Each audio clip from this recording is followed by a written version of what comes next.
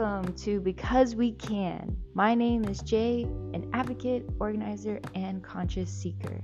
Each week we will explore inspiring messages to help us unlock our truest potential and power within all of us, in the hopes that we can become the best versions of ourselves, create a better society in which we can come together and establish more peaceful ways of being.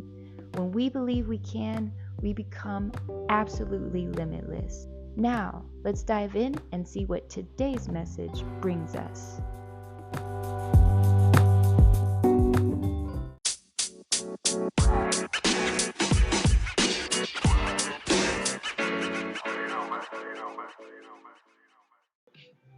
Welcome back, everybody. I'm Jay, and we actually are doing a special show today. I'm super excited to introduce my first guest of the series of the podcast. And I would like you to give a warm welcome to my girlfriend, Mikayla, a.k.a. Mick. Hi, I am Mikayla. I also go by Mick, and I'm really excited to be here. I'm looking forward to the conversation that we're going to have today. Looking forward to some of these questions you have ready for me. Awesome. Okay, we'll dive right in. I would like to know how you would like to introduce yourself, and we'll go from there. Well, I normally introduce myself kind of just based off of like my background and what I do. So as a basis, I work in higher education. I'm a student advisor. I really enjoy it.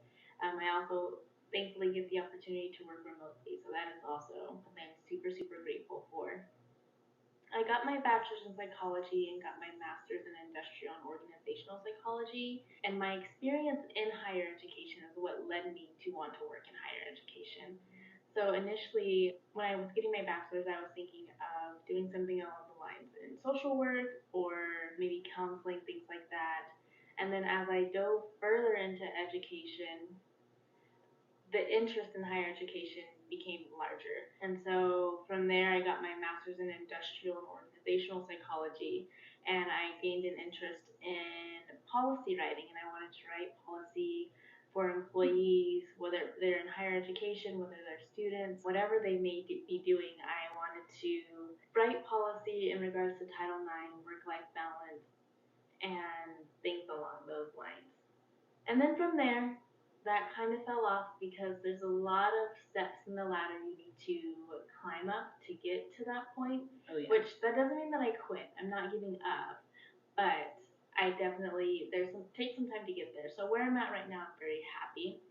So aside from my background and what I do, I would say very playful, very silly, also sometimes a little awkward. I do enjoy socializing, but I'm not always the best at it. I love conversation, but I'm more of a listener than a speaker. I just want to hear about people's days and their lives and what they have going on, and I'm not opposed to sharing, but it doesn't just come out naturally for me.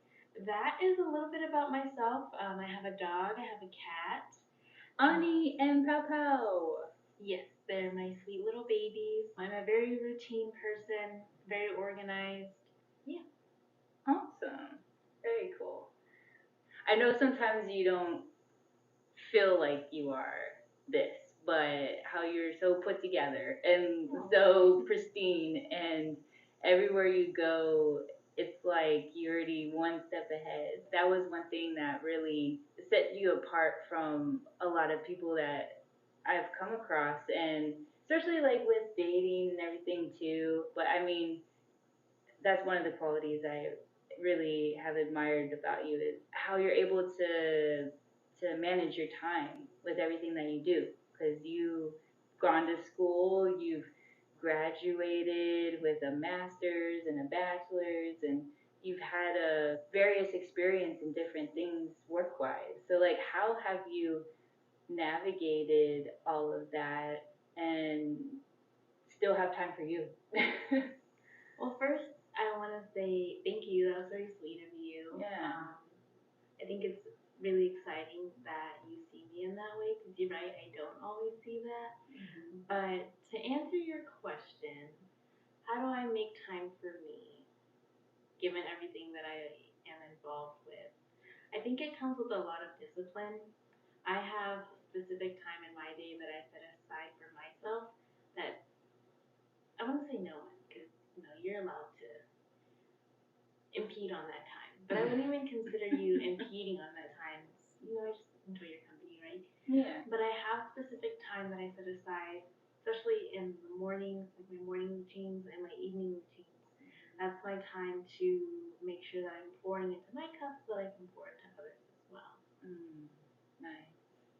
Yeah, I have yet to master that. Would you say, like, that I know, having gotten to know you, you love to put others first, and you are a very caring person. And would you say, like, over time, maybe in the interactions you've had with others, or like family or relationships, that contributed to you having that firm discipline with yourself and with other people, and how much time you make for others versus yourself? Where do you think that came from? That's a good question. Yeah. I think for me, it stems from the things that make me feel good. And I know that I really enjoy the things that make me feel good. And if I don't make specific time for myself to be able to do those things, then I won't. Because one thing about me, I will go to bed early. She will. I really value my sleep. And Jay is not lying. There are times where they will call me and I'm already snuggled up in bed, doing my journaling or whatever else. And it'll be like 7:45, going on 8 o'clock, and I'm still working. I'll be asleep, going to sleep in the next 30 minutes. But I think that stems from the fact that I start my day really early. So I'm someone who gets up at 5 a.m. To some people, that may not be early. For me, it's early. But even though it is early, I do it because I know that that's the time that I have. So that's why I go to bed so early. Just want to clarify that. You're not crazy.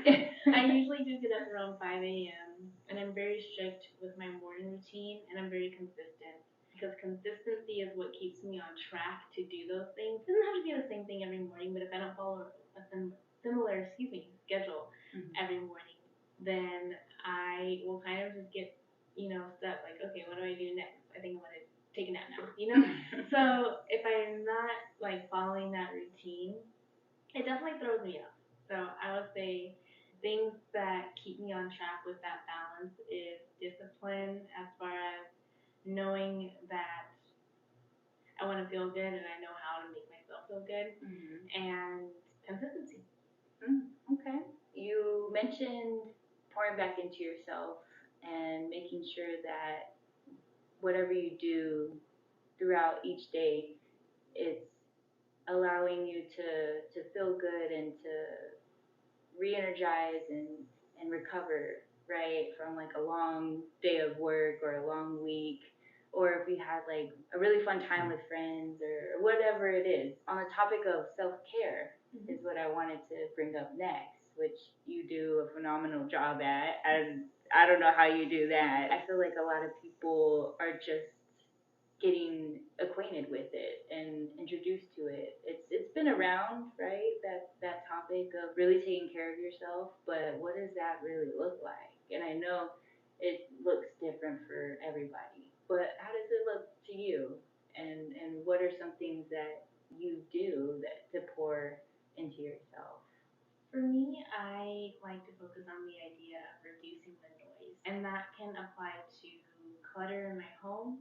That can apply to clutter in my mind, digital clutter. I want to reduce the noise, or even like I used to be an individual who constantly required background noise to do a task, whether it's a podcast, a YouTube video, a show, a song.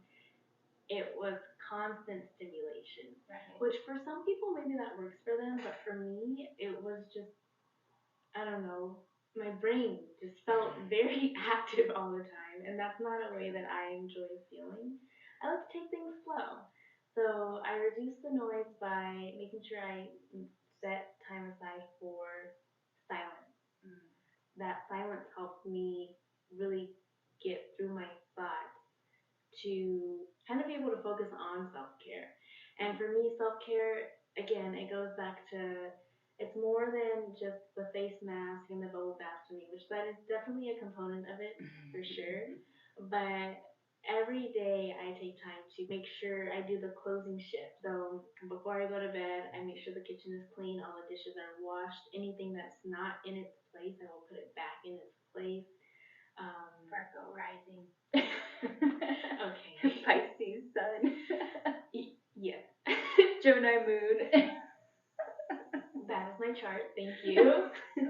Just revealing everything. But yeah, so I do really enjoy keeping my home tidy and organized because that means when I get up in the morning, I'm not feeling stressed out about, oh man, I need to clean that and clean that and clean that and clean that. It's so true. Okay, this is decent. I might need to do a little bit of sweeping or mopping, but for the most part, my home is clean right now.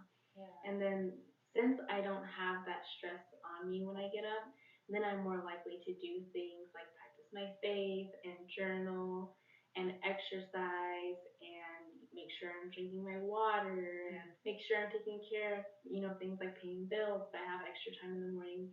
All of these little things that add up to me at the end of the day feeling relieved. And then you also mentioned, after having a great time with friends, recovering from that.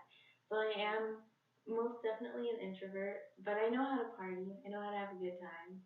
And so for me to recover, again, I have to reduce the noise. So if I've gone for a night out, loud music on the way to wherever I'm going, maybe loud music at the place that I'm at, or just a lot of stimulation, whether I'm like in a store or in a museum or somewhere where there's a lot going on. When I go home, it is silence, it is making sure everything's tidy, it is lighting a candle, it's taking a warm bubble bath to kind of decompress, doing a little bit of skincare, and making sure that I'm shaking off all that extra energy that's not mine, and making sure that I am focusing on the energy that does belong to me when I have that time to be alone. I hope that answered your question. Yeah, no, it did. One thing I picked up is what is that saying? Clean mind is a clean space, or the reverse of that, right? Like the less clutter you have around you, the less clutter you have in your mind. Right. And that's something that I picked up from what you were saying, like making sure, your space is relieved so that you could feel relieved, right? And also just having less stimulation and less things to cloud your mind. But yeah, awesome. Thanks for sharing that. I think some people will find that very alleviating and can maybe use that for themselves too. I wanted to ask you, what's one thing that you have really found allowed you to pour into yourself the most out of the things you shared, or maybe something you haven't shared yet? What's currently something that's been of great interest to you, or that you're diving into further? So I think something that I've started doing recently that has helped me be able to pour into myself more. So there's a few things, but one of them is allowing myself to not be perfect. Oof. Because even though I try to make sure I do these things every day, that doesn't mean that I do, right? I'm human. Sometimes I'm tired, sometimes I'm moody, sometimes I'm irritated, sometimes you have a long day at work. And I try my hardest to stay positive, but I'm not perfect. And sometimes I have to give myself that moment to say, okay, we're going to let everything slide today. We're going to go to bed at 7 o'clock today. And we'll wake up tomorrow and try again. And I like doing that for myself because I feel that it makes doing the things that I usually do a lot less pressure, so I'm more likely to do them because it's not something where I feel like it's a requirement. It is something I get to do and not something I have to do. And that kind of keeps me on track with that. And then another thing that allows me to pour into myself that I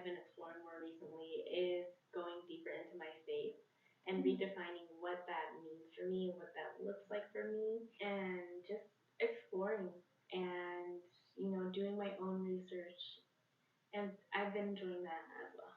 Nice.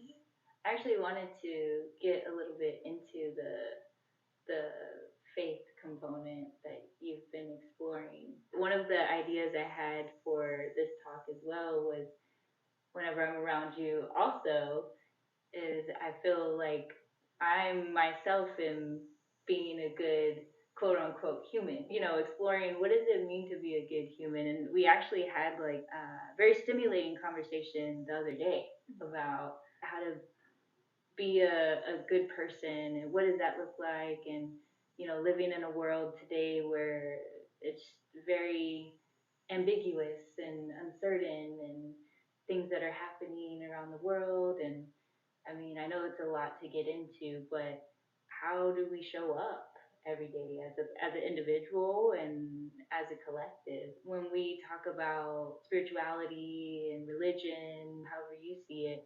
We talk about those things, and so I wanted to kind of dive in. What does it mean to be human? So to me, right, in my opinion, Yeah. because this can go a lot of different ways, to be human means to experience. And you had asked, what does it mean to be a good human? To me, I think that means to walk with love for others, for yourself, for the planet, for everyone and everything. I'm a little bit of a hippie girl, but I really do enjoy spreading love, right? I think that is the easiest way to be a good human and to experience humanness is just to be kind to others and kind to yourself. And I think that kindness definitely comes back to you. What you put out is what you receive. Yeah. And I think love plays a major component of what it is like to experience this world. Because there's a lot of hate, there's a lot of violence, there's a lot of destruction. And if you can be some form of love for someone, whether that's a smile, a conversation, support, or even just being in someone's presence, I think is really important. Yeah. I also wanted to recognize how supportive of a person you are, and like your family as well. And shout out to the Grams, Arethea, right? Mm-hmm. That's her grandmother's name. And she has a whole organization, Arethea's House of Purpose. Yeah. I think since we've reconnected and got to know each other again and been learning more about each other, I don't think I knew that like the first time around when we started dating. So it's been really cool to get closer to your family and to get to know your grandmother, and also how that runs in the family of service and loving people unconditionally and wanting to help people that are in hard times. And so I wanted to highlight that, but also to ask you what your experience has been like serving alongside your grandmother, and even if on your own, like when you were in college, what does service mean to you, and like how can we make society a little bit brighter, a little bit better? So for me, service is the little things. Yeah. A lot of times people look at serving the community as a huge volunteer event or a big project, which those are very good aspects of service. But being willing to do those little things as well, I think, is what allows someone to have that serving heart. And also being willing to know when to take a step back, right? Sometimes what people need in terms of service is space. And sometimes what they need is support. And it all kind of just depends. So being flexible in those areas and kind of navigating that, I think helps a lot, because if you can balance the active service with the passive service, then it allows you to better understand what that picture is for yourself. Mm-hmm. Whether I'm serving alongside my grandma with her organization and we're doing a clothing drive or a food drive, or whether it's giving a friend space to process something, or giving my partner space to work through something, giving myself space to work through things, but also giving myself support when I need it, allowing friends into my life, and also being able to have those boundaries, spending time with family versus spending time alone. Because I think service, yes, it's for others, but you can serve yourself too. And dive into that a little bit. I feel like sometimes when people think of serving yourself, it can be seen as selfish, but that's not what I'm referring to, right? I'm not talking about solely focusing on filling my own cup, but doing the things that do fill my cup so that I can fill others' cups, which kind of goes back to what I was saying in the beginning. Going back to balancing service between yourself versus others, and what I'm going to say big service looks like versus the smaller service items. That balance gives you the opportunity to have the capacity to dive in when you need to dive in, and then you have times where you can step back and pour back into you at the same time. Nice. I love that. Yeah, I think that's very important that you mentioned of finding that balance between helping yourself and helping other people. I think that's been a struggle that I've had for these past few years, like coming out of college myself, being super involved in the community back then, but really having to take a step back and go within myself to find myself because I felt like when you give so much to a cause or to people and you really genuinely want people to thrive, not just survive, sometimes you when you put your all into it, you deplete yourself. So I know when we are empathic people that's definitely a cycle that we go through. And so just being more aware of that, but still being effective in the way that we serve and the way that we give back is the key, I think. And so that's important to distinguish between how much you pour into yourself, how much you pour into other people, but also just feeling at the end of the day proud of yourself and proud of others. And so I really think that's very noticeable in what you do and the love that you spread and your family as well. So I wanted to highlight that also. Aside from your work that you do, are there any creative endeavors that you're doing right now? There are. Yeah. So I am trying to start a business. The thing that I've been struggling with is how to do it ethically. Because what I'm interested in doing is programs for empowering women, helping them get ahead, especially, individuals who may be recovering from a situation that was very painful or very detrimental, and now they're having to configure their entire lives. I want to start initiatives for that, and so I'm developing that. I don't want to give too much away. I know. But I have that in the process, so I am developing this plan for that. The thing I'm struggling with is that I don't want to sell these services to people. That's always a hard thing. I don't feel like that's right. I Right. want to somehow be able to provide these services for free. But then it comes down to, okay, well, how do I do that? Right. So some people might say, well, you should become a nonprofit. But to become a nonprofit in the state of Texas, you need a board of members. And it's not just like a little bit of people. I think it's a minimum of 6 or 7 from what I remember. Yeah. And a lot of people I do know, they're working on their own things. And I don't want to take away from that. And also I do struggle a little bit with kind of like wanting to do everything on my own. And that's something I'm working on is allowing myself to be supported. I'm not the best at that, but I'm getting better. So that is something I'm really excited to bring to life. Just trying to figure out exactly how. Yeah, I feel like there's so many videos out there of like how to start this and how to start your business and from the ground up. So easy in 5 steps.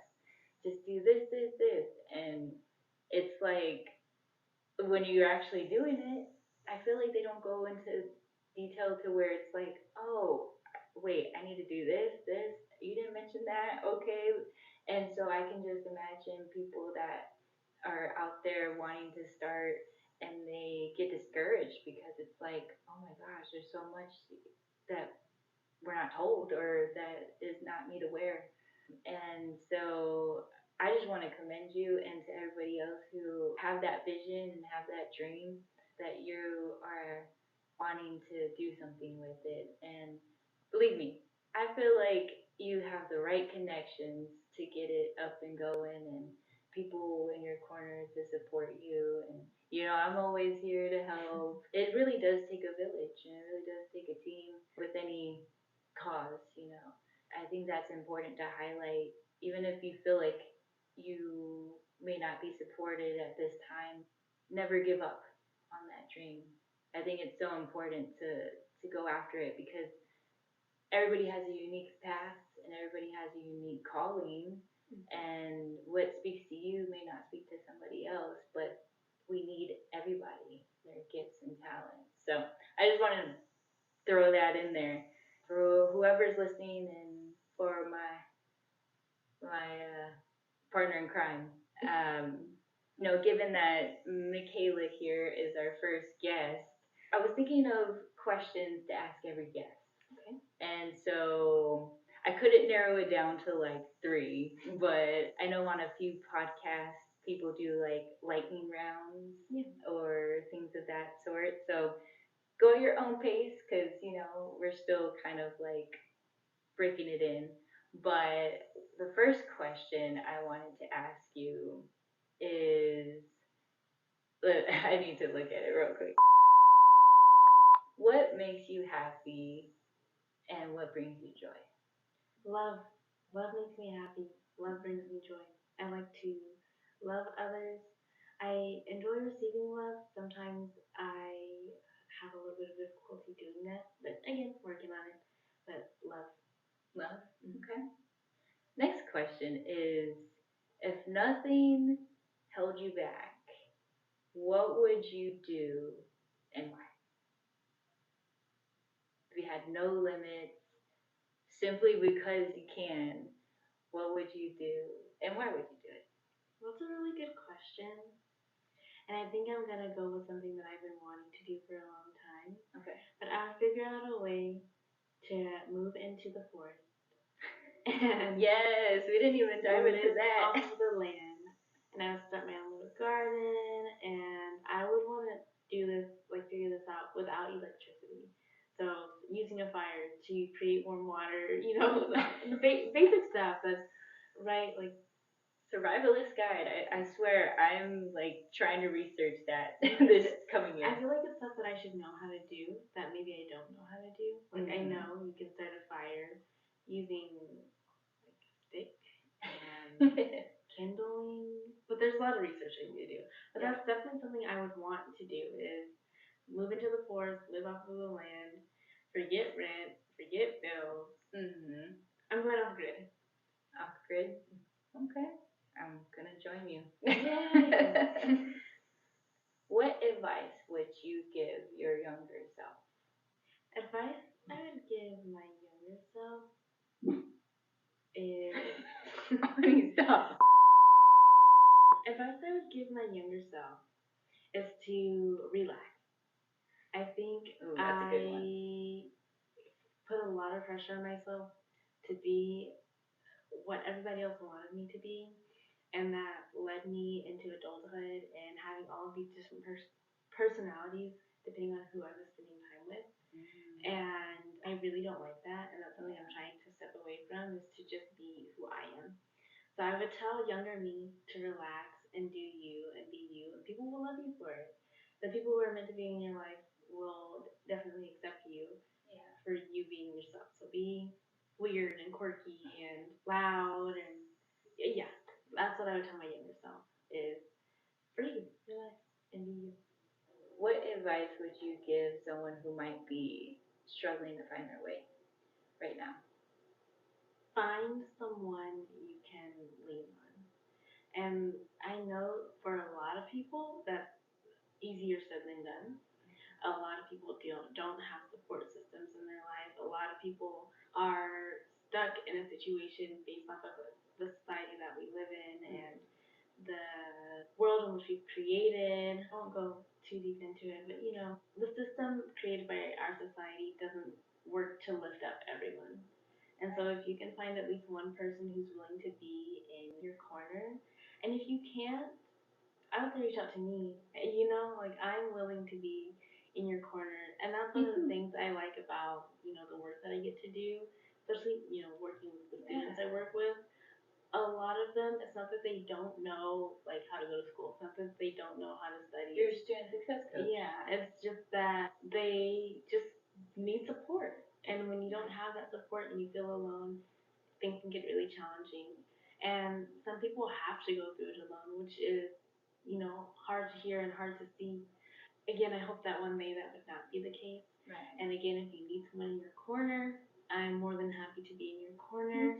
And that's not to be like this sort of, see myself as a martyr or the savior or anything. Just, I'm here to listen. I'm here to have a conversation. I may not have all the answers, but I can be a support. Awesome. The second to last question is, how can we make this world a better place? More love. More love and zen.